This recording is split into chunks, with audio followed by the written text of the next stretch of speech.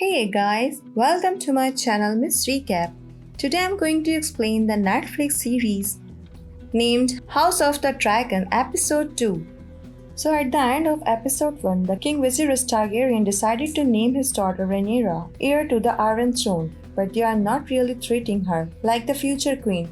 Right now she attends small council meeting, but pouring the wine not with a seat at the table.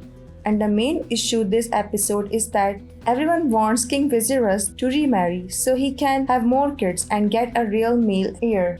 And so it's time for the Bachelor King's landing. Now King Viserys really loved his wife, so he will still depressed about it. And the person he is getting comfort from right now is young Alicent in Hightower, daughter of his most trusted advisor, hand of the King Otto Hightower. It's not a romantic relationship at the moment. She just keeps him company while he plays with his model city. But remember, it is her father who is encouraging her to hang out with the king. So he is power climbing. And remember, Alicent is Rhaenyra's best friend, but she doesn't tell her yet that she is flirting with her dad. But the top marriage proposal the king's considering is from Corlys Velaryon. Remember, he is married to the king's cousin Rhaenys Targaryen, the one who is passed over back in the big council, the queen who never was. They have a daughter who is almost of age, and it would be a great match because the Velaryons are a very powerful house, and the Velaryons and Targaryens both descended from old Valyria, the great old empire across the sea. So it would strengthen the bloodline.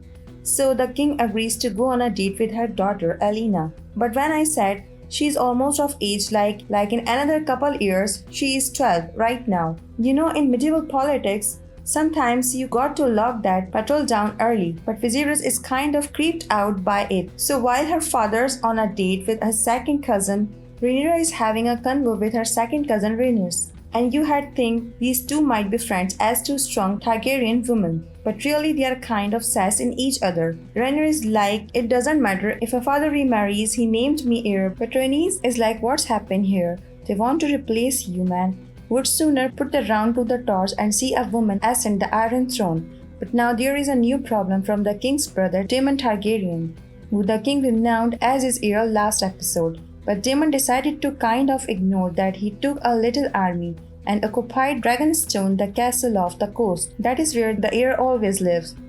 He has not been bothering anyone, so they didn't want to start a fight. They are just ignoring him. But now he is come back and stolen a dragon egg.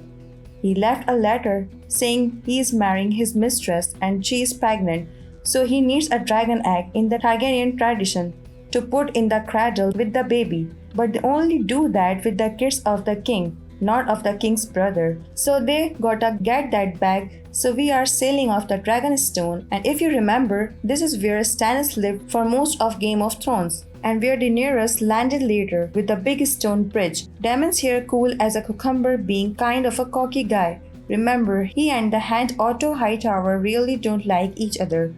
So now it's like, you bro, you gotta give that egg back and stop calling yourself the heir, or it's gonna come to blows. Daemon's like, you want the egg, come and take it, and it looks like it might come to blows, which would be very bad for Otto, because don't forget Daemon has a dragon and it's like a crazy design, like long neck greasy dolphin dragon. But wait, what's that in the mist? It's another dragon. Yavanira decided to fly on over with hers to remind everyone, I'm a dragon rider. She goes up to talk to her uncle, to Targaryen, and these two are not enemies. We saw in episode 1 they kinda like each other, they are family. But she's like, you are talking it too far here. It's going from a family squabble to full-blown treason. You either give me that egg back right now, or you may as well kill me and declare civil war. It's a tense standoff, but in the end Daemon doesn't want that. So he caves, tosses her back the egg, and civil war is avoided for now. By the way, Daemon's mistress Mysaria is not pregnant, and he didn't tell her that they were getting married and having a baby, and she's not interested. She's happy enough to be his mistress. But entering the Game of Thrones is a good way to get her head on a spike with the Daemon issue results. For now, it's back to King Viserys' search for a new wife. He has a heart-to-heart with his daughter in Era. I love your mother and I love you, but I have to remarry. It's what's the best for the realm. And Rhaenyra is like, "You are the king, I get it. You do what you got to do." So the next morning, he's announcing his engagement to the small council, and everyone agrees Lyanna Velaryon is the right choice. But the king goes for the surprise move and announces he's marrying Alicent Hightower. Yes, while all his advisors spent the episode saying Lyanna Velaryon's the clear choice, his hand Otto Hightower was like, "You gotta follow your heart." And behind the scenes, he's talking to his daughter like, "Spend more time with the king." So she goes in there and fixes his dragon miniature for him, which won him over. So Otto Hightower playing the Game of Thrones real hard. Naturally, this pisses off for Nera, whose dad's now engaged to her best friend, and neither of them gave her the heads up. But this pisses off Corlys Velaryon even more, rejecting a proposal kind of a slap in the face. And Corlys Velaryon's already mad at the king over another issue. The crab eater, this pirate's been terrorizing shipping lane in the Stepstones and shipping his Corpus Valerian's whole thing. He has been asking permission to send his navy down there to stop him.